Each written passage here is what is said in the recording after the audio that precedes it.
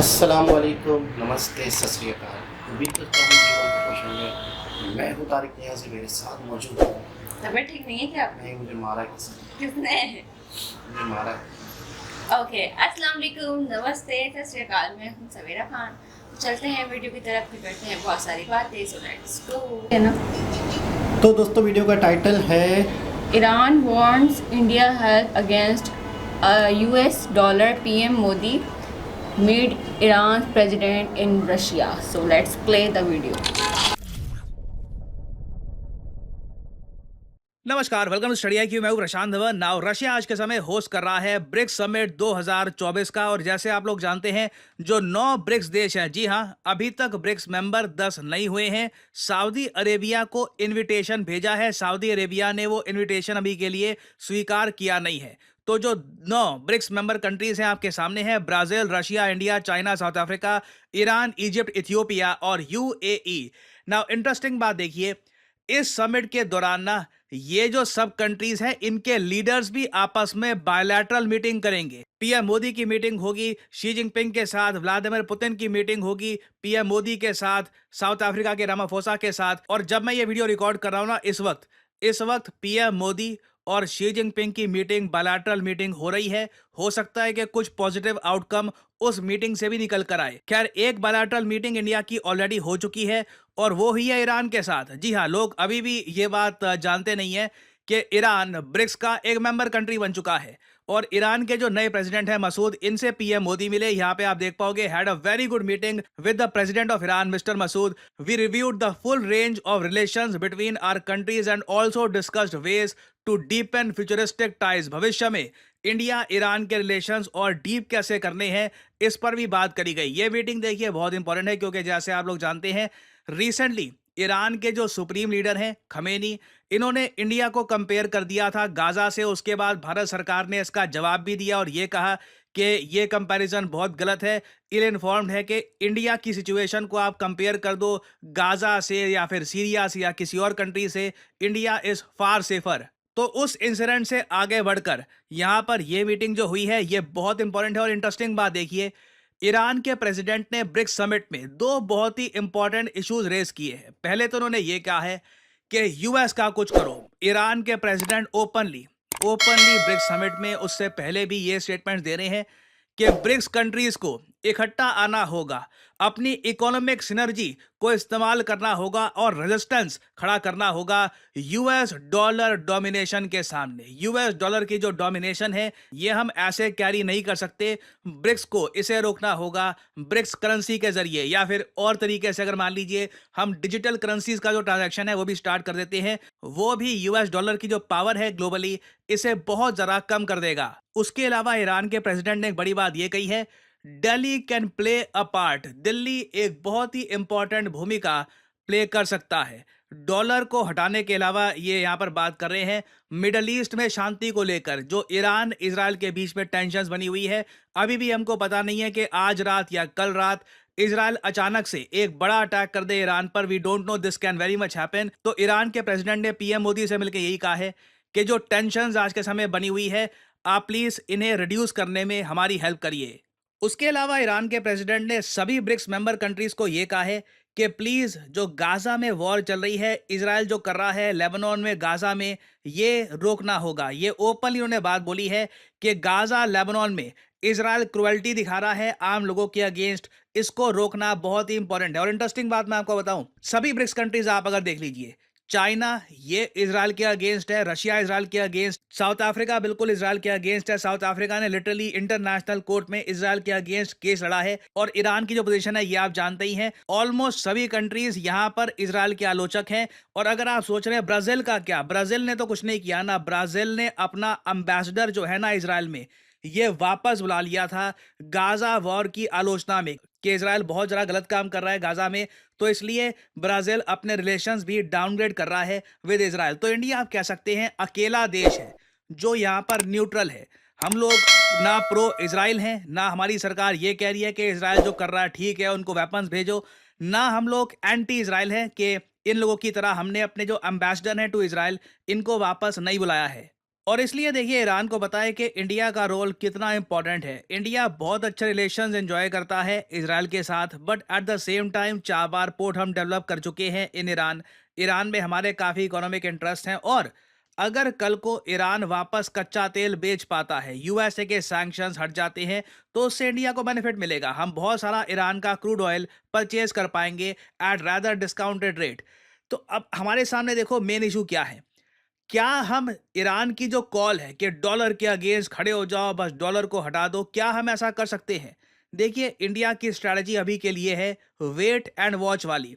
USA में हम देख पा रहे हैं कि कमला हैरिस इलेक्शंस में धीरे धीरे पीछे हो गई है।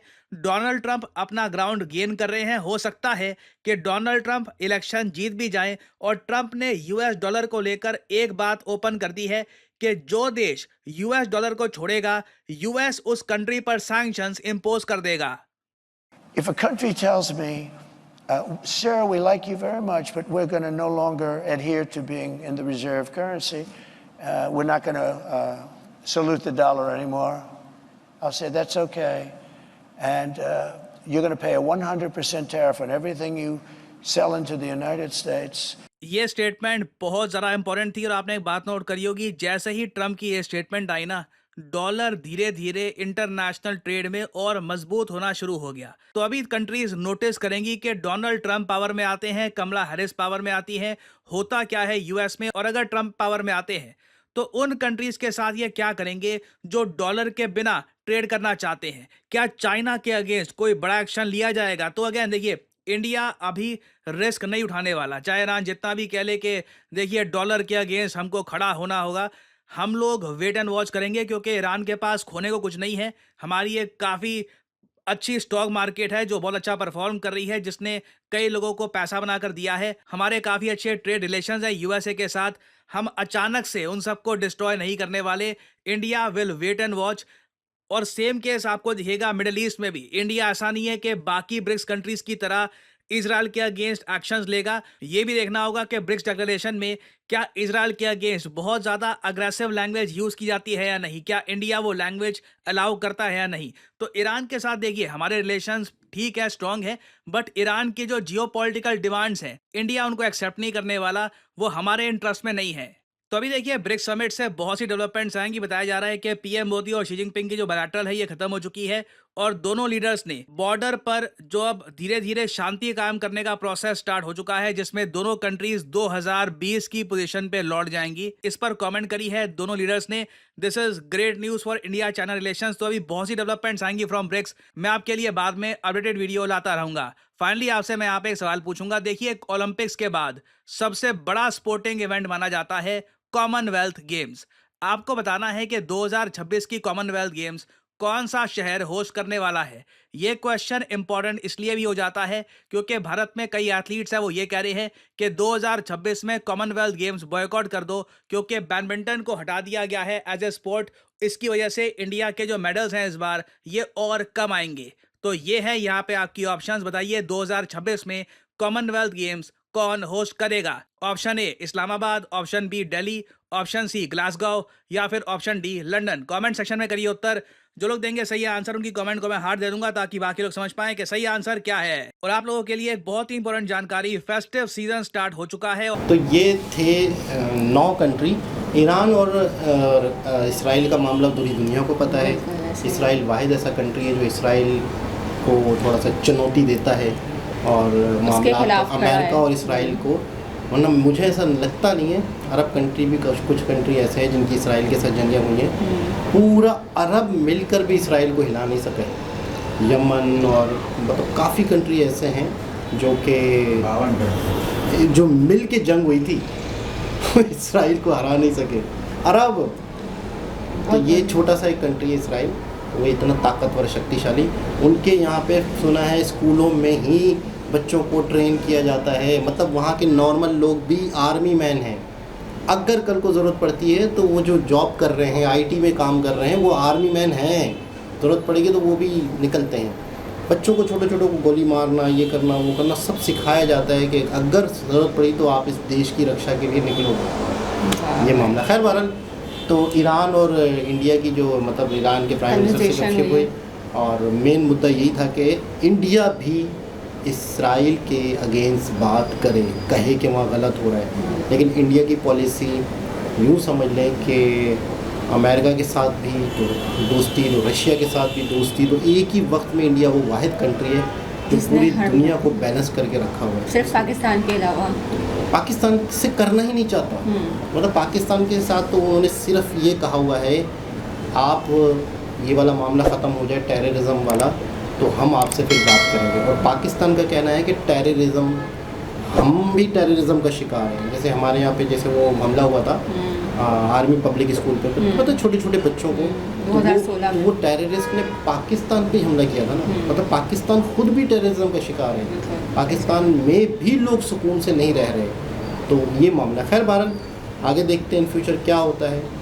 और आपने थोड़ा बहुत ईरान के बारे में थोड़ा सा पता था, कहीं वीडियो देखती रहती थी? हाँ, मैंने देखा था कि ईरान ने उस पर इसराइल पे खूब बम फेंके, लेकिन इसराइल ने ईरान को बोला कि हमें ज़्यादा नुकसान तो नहीं हुआ, माली नुकसान, लेकिन हम इसका जवाब लाजमी आपको देंगे। ये मैंने इंस्टा पर रील दी। और अभी आपने ये बात भी आपने जो सुनी है, और ये बात अभी आई भी है इस वीडियो में भी, कि कभी भी ईरान रिवर्स मामला हो सकता है, इसराइल कर लेकिन सकता है। जंग किसी भी इशू का हल नहीं है। बिल्कुल। आपको एक मज़े की बात बताऊं, जितनी बड़ी भी जंग हो जाए उसके बाद क्या हो रहा होता है, टेबल पे बैठ के बात होती है। ऐसा है। मतलब जंग के बाद भी अगर टेबल है तो बेहतर क्या है, पहले ही टेबल पे बैठ के पहले बात टेबल कर लो, पे- जितनी ख्वारी करने की, इतने और लोगों फिर की उसके जान। बाद जिसका कब्जा किया इलाका, फिर वो वापस लेना पड़ता है, फिर ये करना पड़ता है, फिर मुआहदे होते हैं, फिर वो टेबल टॉक होती है, फिर जंग बीच में तो कंट्री पड़ते हैं। अच्छा, आपको एक और बहुत ऊपर की बात बताऊँ, कभी भी बहुत बड़े बड़े कंट्री जंग नहीं रोकते। क्यों? इसलिए नहीं रोकते कि उनका बिजनेस दूसरे कंट्रीज की जंगों से ही चलता है, उनके हथियार उन्हीं की जंगों से बिकते हैं, उनका सारा निज़ाम ही, दो मुल्क आपस में लड़ेंगे नहीं तो उनके बड़े बड़े मिसाइल, हथियार, तैयारे कहाँ से बिकेंगे। ऐसा ही है मतलब। अमेरिका बहुत बड़े बड़े जंगी तैयारे बनाता है, फ्रांस बनाता है, बहुत बड़े बड़े कंट्री की मैन्युफैक्चरिंग ही यही है, ये हथियार बनाने वाले कंट्रीज़ हैं, मतलब तबाही मचा रहे हैं। तबाही मचा रहे हैं। ऐसा बिल्कुल ही सच है। हकीकत यही है कि कोई बड़े कंट्रीज नहीं चाहेंगे कि हालात बेहतर हो। खैर बहरहाल इन फ्यूचर क्या होता है, दोबारा किसी और वीडियो के साथ आपसे मुलाकात होती है, जब तक के लिए ख्याल रखें, बाय बाय।